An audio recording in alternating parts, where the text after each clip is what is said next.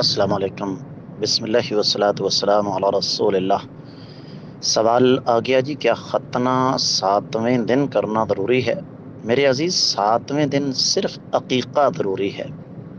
ختنہ اس کے لیے شریعت نے کوئی وقت متعین نہیں کیا، لیکن ایک بات ضرور ذہن میں رکھیں کہ آپ جتنی چھوٹی عمر میں بچے کا ختنہ کریں گے اتنی جلدی بچے کا زخم ٹھیک ہوگا، اتنی جلدی یہ فائدہ مند رہے گا، اور اتنی جلدی آپ پریشانی سے بچ جائیں گے۔